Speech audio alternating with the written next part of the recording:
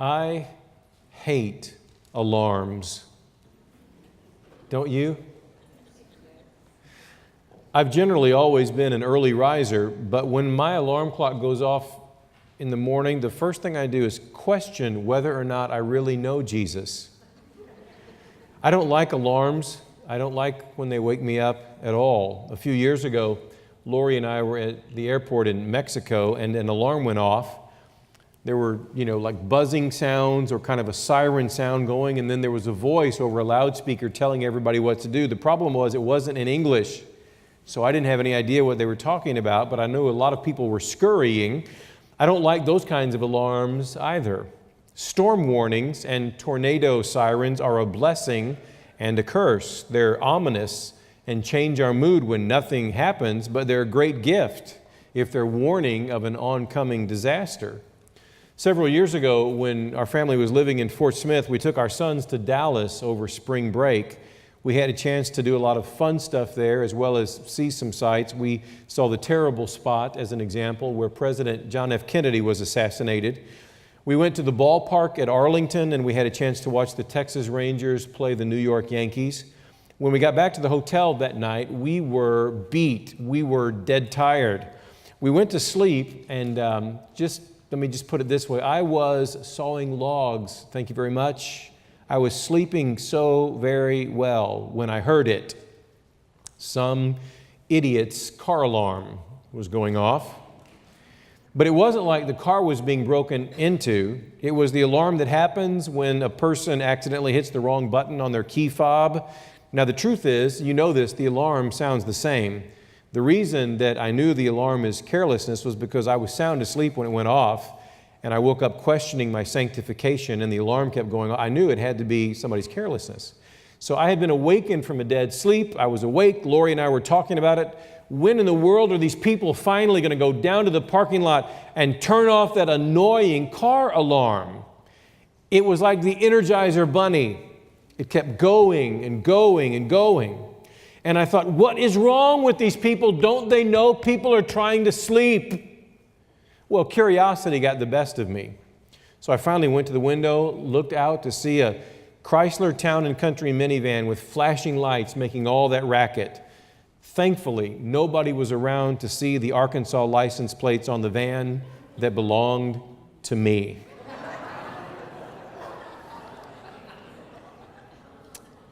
Alarms. Warnings. They really do serve an important purpose, but if we ignore them, maybe because we've experienced too many false alarms, we might very well do so to our detriment. As we continue our study through Matthew's Gospel, we'll note this morning that Jesus is going to offer a very stern warning, actually 7 woes, if you will, that essentially will comprise 4 warnings. The good thing is, even as we read this text, the warnings are not direct warnings to us. They're issued to the scribes and the Pharisees, but as we'll see, they certainly ought to cause us to take note because there are some things we can learn through them as well. Clear warnings from the Gospel according to Matthew, the 23rd chapter, beginning with the 13th verse, as we stand together and read the Word. Matthew 23, verse 13 and following. But woe to you, scribes and Pharisees, hypocrites, for you shut the kingdom of heaven in people's faces. For you neither enter yourselves nor allow those who would enter to go in.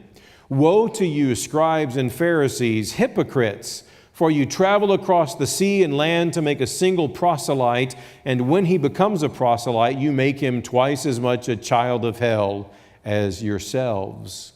Woe to you, blind guides, who say, if anyone swears by the temple, it is nothing, but if anyone swears by the gold of the temple, he is bound by his oath. You blind fools, for which is greater, the gold or the temple that has made the gold sacred? And you say, if anyone swears by the altar, it is nothing, but if anyone swears by the gift that is on the altar, he is bound by his oath. You blind men, for which is greater, the gift or the altar that makes the gift sacred? So whoever swears by the altar swears by it and by everything on it. And whoever swears by the temple swears by it and by him who dwells in it. And whoever swears by heaven swears by the throne of God and by him who sits upon it. Woe to you, scribes and Pharisees, hypocrites! For you tithe mint and dill and cumin, and have neglected the weightier matters of the law, justice and mercy and faithfulness. These you ought to have done without neglecting the others, you blind guides, straining out a gnat and swallowing a camel. Woe to you, scribes and Pharisees, hypocrites, for you clean the outside of the cup and the plate, but inside they are full of greed and self-indulgence. You blind Pharisee, first clean the inside of the cup and the plate, that the outside also may be clean. Woe to you, scribes and Pharisees, hypocrites, for you are like whitewashed tombs, which outwardly appear beautiful, but within are full of dead people's bones and all uncleanness. So you also outwardly appear righteous to others, but within you are full of hypocrisy and lawlessness. Woe to you, scribes and Pharisees, hypocrites! For you build the tombs of the prophets and decorate the monuments of the righteous, saying, if we had lived in the days of our fathers, we would not have taken part with them in shedding the blood of the prophets. Thus you witness against yourselves that you are sons of those who murdered the prophets. Fill up then the measure of your fathers, you serpents, you brood of vipers. How are you to escape being sentenced to hell? Therefore, I send you prophets and wise men and scribes, some of whom you kill and crucify, and some you will flog in your synagogues and persecute from town to town, so that on you may come all the righteous blood shed on earth, from the blood of righteous Abel to the blood of Zechariah, the son of Berechiah, whom you murdered between the sanctuary and the altar. Truly, I say to you, all these things will come upon this generation. Oh, Jerusalem, Jerusalem, the city that kills the prophets and stones those who are sent to it, how often would I have gathered your children together as a hen gathers her brood under her wings, and you were not willing. See, your house is left to you desolate, for I tell you, you will not see me again until you say, blessed is he who comes in the name of the Lord. Thank you so much. You may be seated. Clear warnings. Before we get to the 4 clear warnings that Jesus will issue, I feel compelled to issue a warning here too. A warning that I want to issue, but it too is based on the biblical text at hand. We'll call it a detour, and then we'll get to the heart of Jesus' warning. So here's the detour. Be careful to properly understand the biblical text.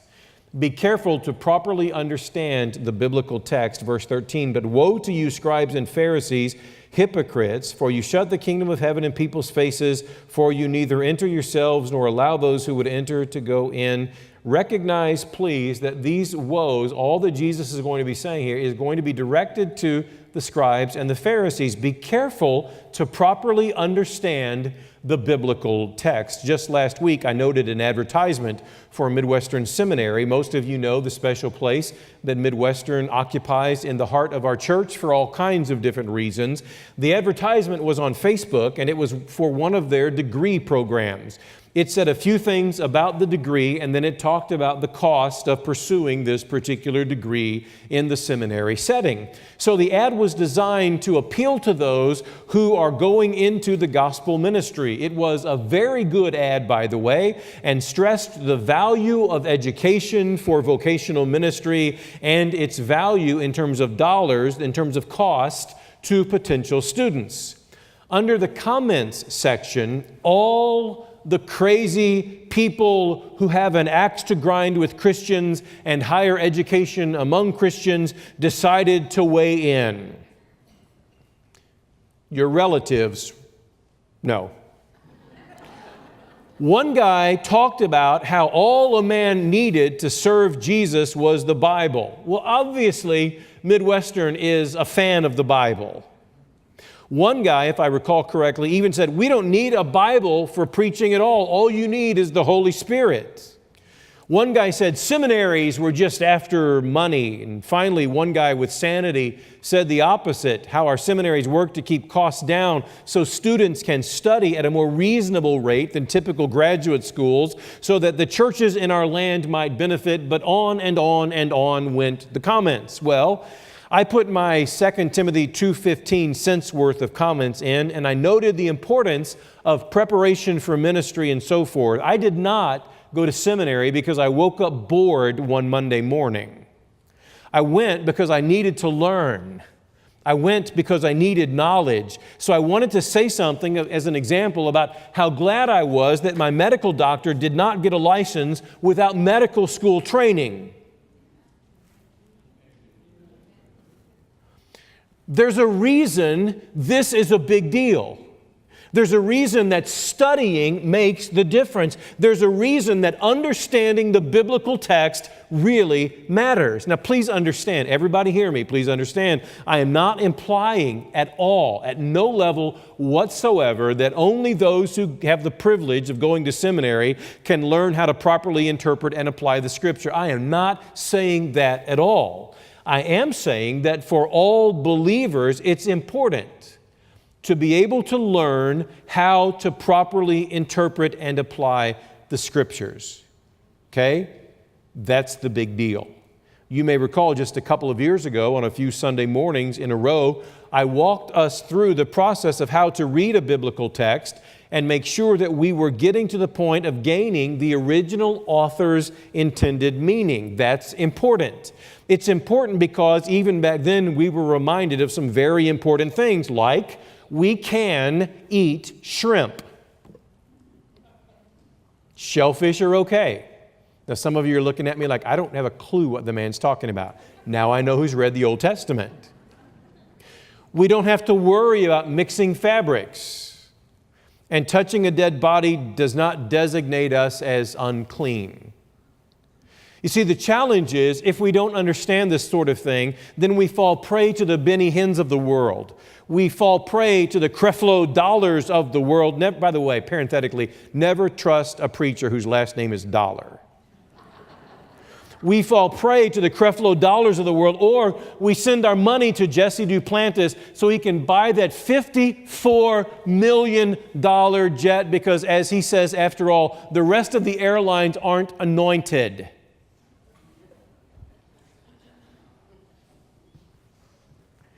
Let me give you a less humorous example and a much more haunting example of why it's so important that we learn to properly understand and interpret the biblical text. Now, stay with me. The destination is in sight, okay? Jesus is here passing judgment on the scribes and the Pharisees. Back in Jesus' day, the Jewish religious authorities were divided into four main groups. First of all, there was the priesthood. That would be the priests, the chief priests, and of course the high priest as well. Secondly, the religious parties, and we've been talking about them as we've studied Matthew's gospel. That's the Pharisees and the Sadducees and the Herodians. Thirdly, there were the scholars. They're referred to typically as the scribes. And then fourthly, there were the councils. That would be the local synagogue councils, as well as the supreme council known as the Sanhedrin. Now, Jesus, in these moments, as we've read this text, Jesus is singling out the most influential groups, that is, the scribes and the Pharisees.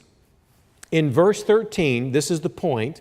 Please recognize they, that is, the scribes and the Pharisees, they are the you about whom Jesus is speaking. So while the text is certainly beneficial to us as believers, just as it would be beneficial to all of the Jewish people, it is not directed toward us. Neither, and this is the important part, neither was it directed toward all the Jews. It is unbelievably important that we understand that warning, that text was not directed to all of the Jews, certainly is not directed to all of us in the most direct sense. This text has far too often been applied to all of the Jewish people, even by some so-called professing Christians. That's a misunderstanding of the text. And let me give you why that is such an unbelievably big deal. Now we're getting to it, here's the haunting example of why understanding context is so vitally important. Adolf Hitler said in his speech in Munich on April 12, 1922, and I quote, "My feelings as a Christian point me to my Lord and Savior as a fighter. It points me to the man who once in loneliness, surrounded only by a few followers, recognized these Jews for what they were and summoned men to fight against them. In boundless love as a Christian and as a man, I read through the passage which tells us how the Lord at last rose in His might and seized the courage to drive out of the temple the brood of vipers and of adders. How terrific was His fight for the world against the Jewish poison." Hitler applied this to all the Jews. Now, I know that sounds a bit dramatic, and perhaps it is, but imagine with me for just a moment the difference it might have made if Hitler had understood this text was not meant for all the Jews. Be careful, please be careful to properly understand the biblical text. Now let's dig in. Number one, be careful to have passion with understanding. Be careful to have passion with understanding. Verse 13 and following, "But woe to you, scribes and Pharisees, hypocrites, for you shut the kingdom of heaven in people's faces, for you neither enter yourselves nor allow those who would enter to go in. Woe to you, scribes and Pharisees, hypocrites, for you travel across the sea and land to make a single proselyte, and when he becomes a proselyte, you make him twice as much a child of hell as yourselves."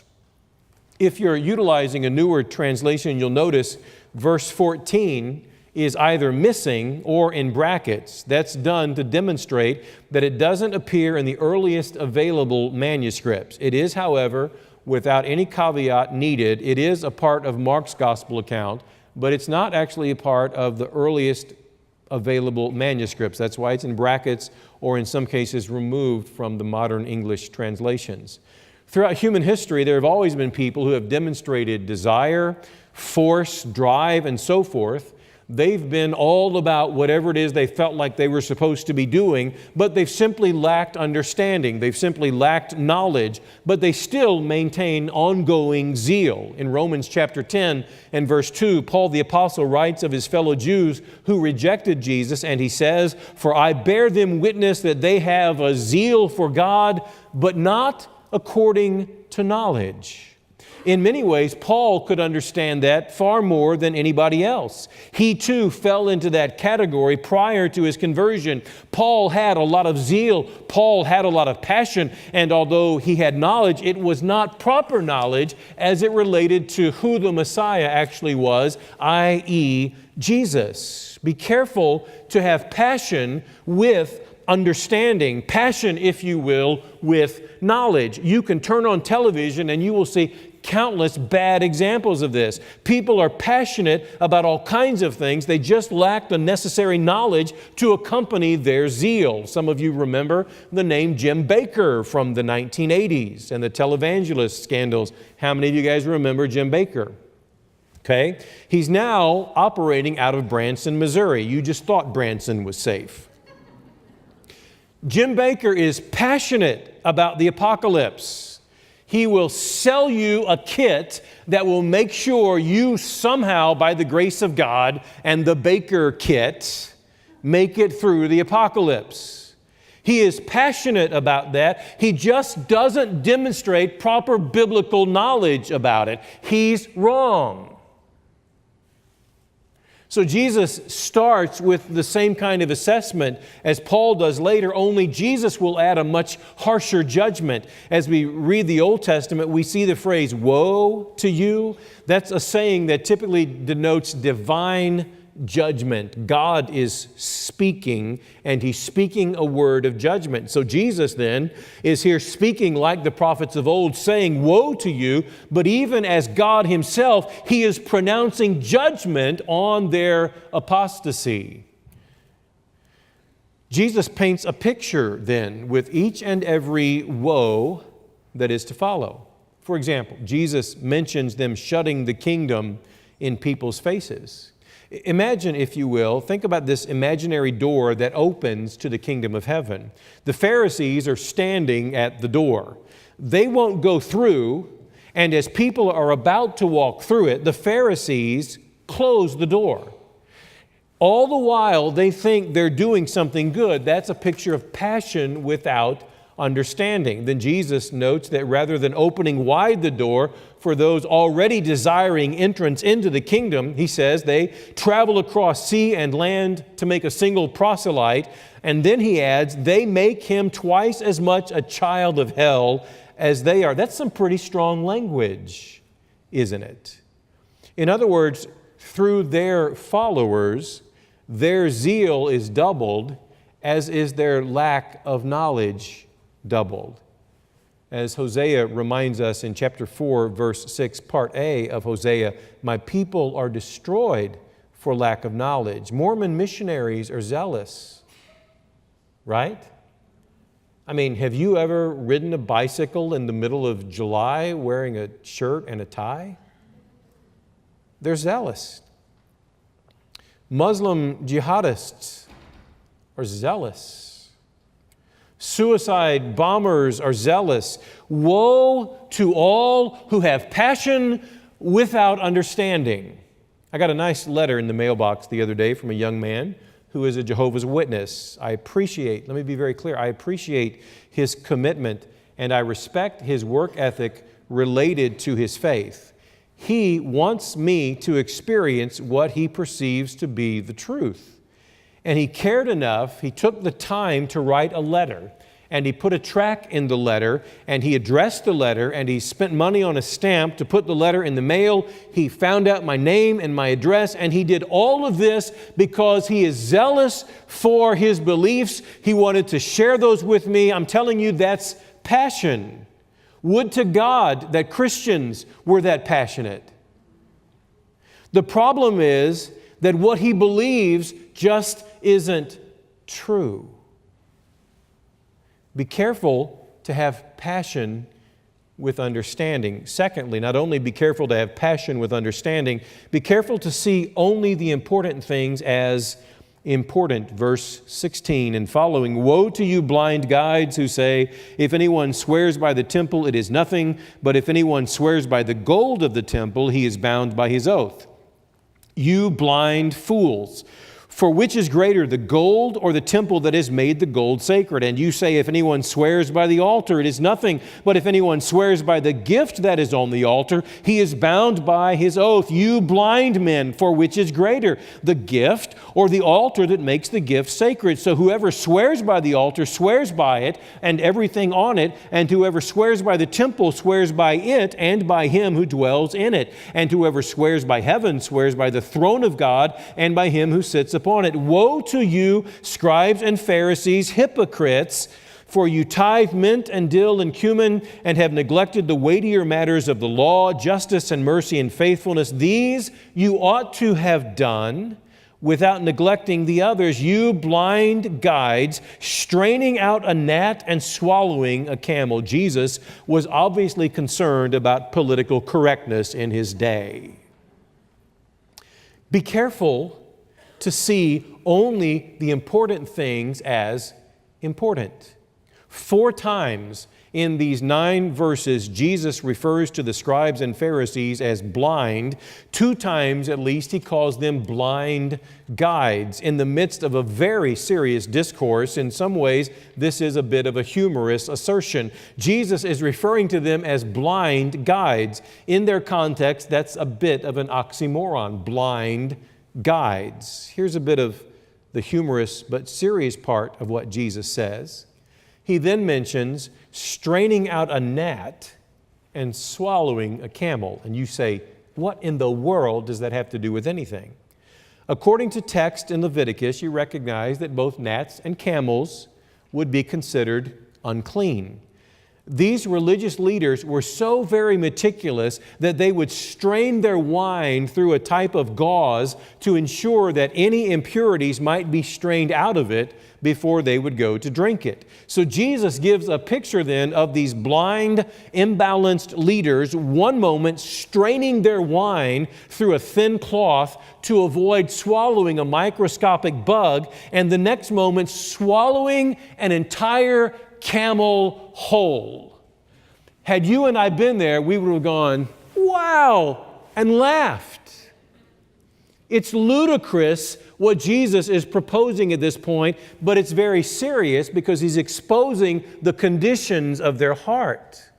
So as Christians, then, part of the takeaway is that we should pay attention to the small things, that is, don't neglect the minors, but give adequate attention to the big things, major on the majors. So as we read this text, we can say, what we do with our money really matters. Jesus addresses this. He's talking about them tithing. It really matters what we do with our money. And what we say with our mouths really matters. Jesus addresses this. But overall, justice and mercy and faithfulness are the things that really, really matter. Be careful to see important things as important. Now hold that thought. Our good friends Scott and Laura Wallace are with us this morning. We lived just up the street from them in Fort Smith, and I was their pastor in those days. And Scott will remember the story well because he always managed to do the bulk of the work for any home projects that I was supposed to get done. One of the screens in our dining room window got messed up, and it was covered by some shrubbery. But at some point, we were talking about some things that needed to be done around the house, and Lori said in passing, I really want to get this screen, talking about the dining room screen, I really want to get this screen replaced. It was a brick house, but the trim was wood and it needed painting. The garage door needed painting and the trees needed trimming. So I bought this really cool paint sprayer that would likely have knocked out one of the Apollo missions off course with its power. I painted the trim.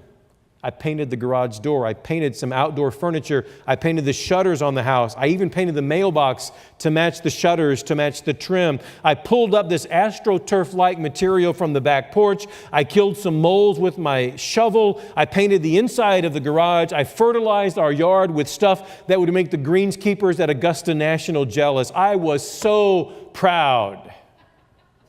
And like most men, I went into the house to make sure that Lori noticed all that I had done. You're laughing, but it's nervous laughter. This I know.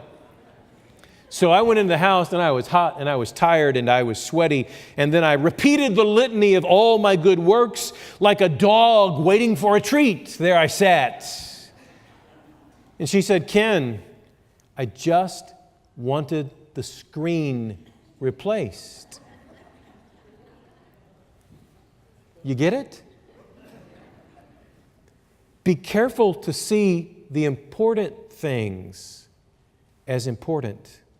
So be careful to have passion with understanding. Be careful to see only the important things as important. Thirdly, be careful to care about more than outward appearances. Verse 25 and following. Woe to you, scribes and Pharisees, hypocrites, for you clean the outside of the cup and the plate, but inside they are full of greed and self-indulgence. You blind Pharisee, first clean the inside of the cup and the plate, that the outside might also be clean. Woe to you, scribes and Pharisees, hypocrites, for you are like whitewashed tombs, which outwardly appear beautiful, but within are full of dead people's bones and all uncleanness. So you also outwardly appear righteous to others, but within you are full of hypocrisy and lawlessness. Be careful to care about more than outward appearances. The word hypocrites is used only 14 times in the New Testament. 6 of those times occur in our text for this morning. A hypocrite is understood to be someone who puts on a false face, that is a mask, and pretends to be what he or she is not. In Matthew's writing, this hypocrisy plays out in a way that someone who wants the applause of men more than the approval of God. Here Jesus points out the dichotomy between outward appearances and inward realities. Appearing clean on the outside, but being unclean on the inside. In this case, maintaining an outward allegiance to the law, but inwardly maintaining a spirit of lawlessness. In other words, the scribes and the Pharisees and the religious people of the day, they looked good on the outside. They were dressed up. They would have been carrying the big 5-pound King James leather-bound, you know what I'm talking about? They looked righteous. But inside, they were rotten. They were decaying. They were spiritually dead. In the spring of the year before the Passover, in those days, it was customary to whitewash roadside tombstones so that no pilgrim on his way to Jerusalem would accidentally touch a tombstone and be considered unclean during the days of the feast. So the scribes and the Pharisees, according to Jesus, looked like those tombs. They were beautifully clean on the outside, but inwardly they contained death, decay, and rot. We see the reality of this far too often coming to light in our day. Someone who purports to be righteous and morally pure ends up being exposed for the unrighteousness really within. This is why we have to stress our walk with Christ is not simply about what people see on the inside or on the outside. And please understand, in no way am I saying that we ought not to be concerned about our Christian witness and that we behave in proper ways so that we won't in any way bring reproach upon Jesus or the church. I understand that's important, but what I'm saying is what matters most, and we say this on good authority because it is exactly what Jesus is saying, what matters most is what's happening on the inside. Are we clean and righteous within? The first time that I met with a personnel committee as a pastor, we talked about my preaching. I was being evaluated, and we talked about preaching, and we talked about administration and how I was handling things, and we talked about how I interacted with the staff and gave direction and evaluated all of that. They talked about all of those things in terms of my administrative responsibilities, and that was fine, well, and good, and that is, in fact, very important. But I told them then, and I'll say it again, and I'll say it until the very day I die because it still holds true, the very first question we ought to ask of every Christian leader is this: how is your daily time with Jesus? We ought to ask that of every Christian.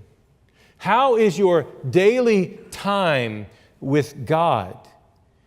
Nobody sees it, but it's the most important thing any Christian and any Christian leader ever does.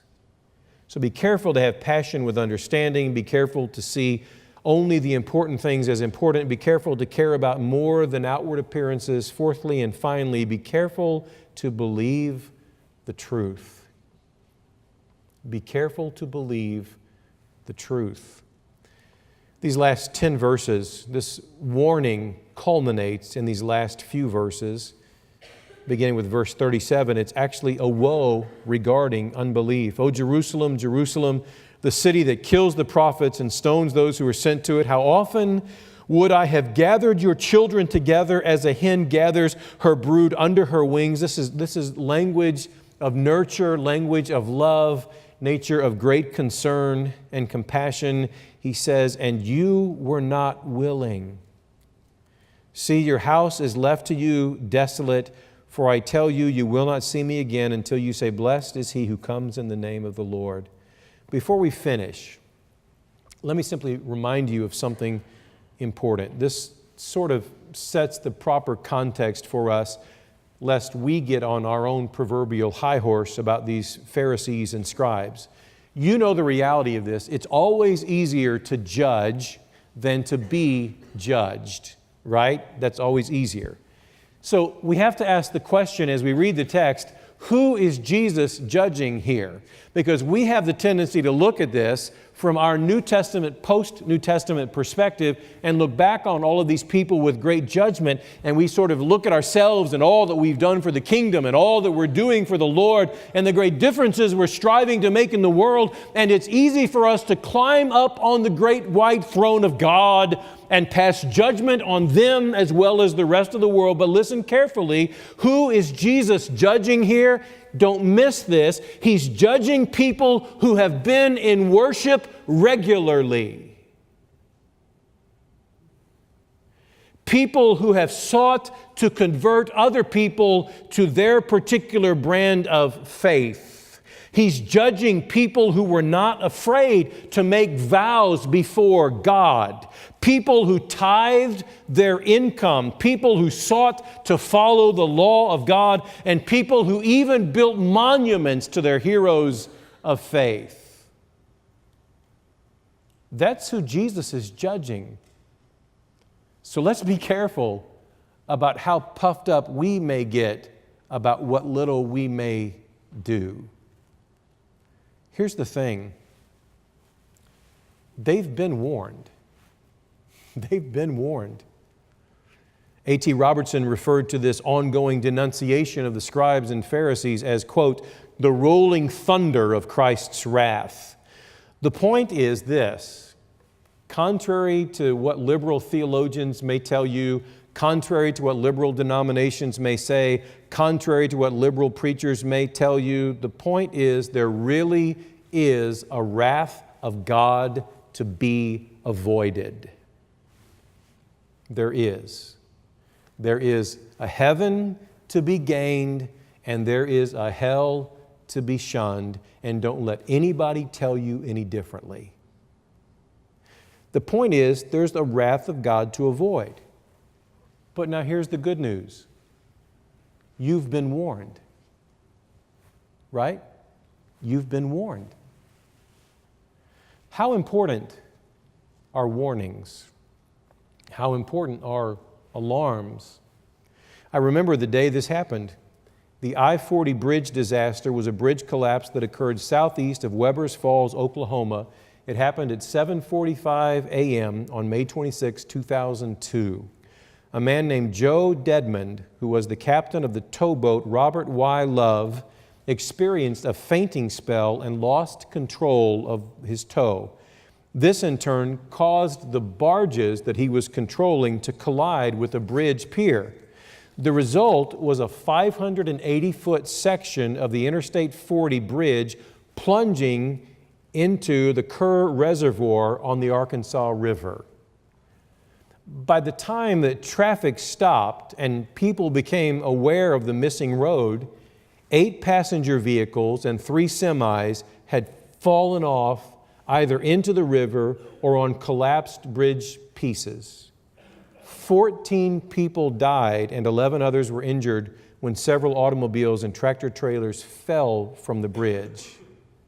You see, the problem was there was no warning. They didn't know. They didn't know what was coming their way. They didn't know what they were going to face. I still don't like alarms. I don't like being warned, but listen to me. Sometimes a warning is the greatest act of love we can be given. Every person who has ever lived is going to face God. If you repent of your sin and you believe in Christ and follow Him, you'll be saved. You'll be fine.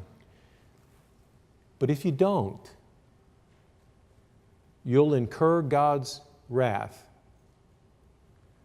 and there is no escape. I've sounded the alarm. From this moment forward, you can never say, "Nobody told me."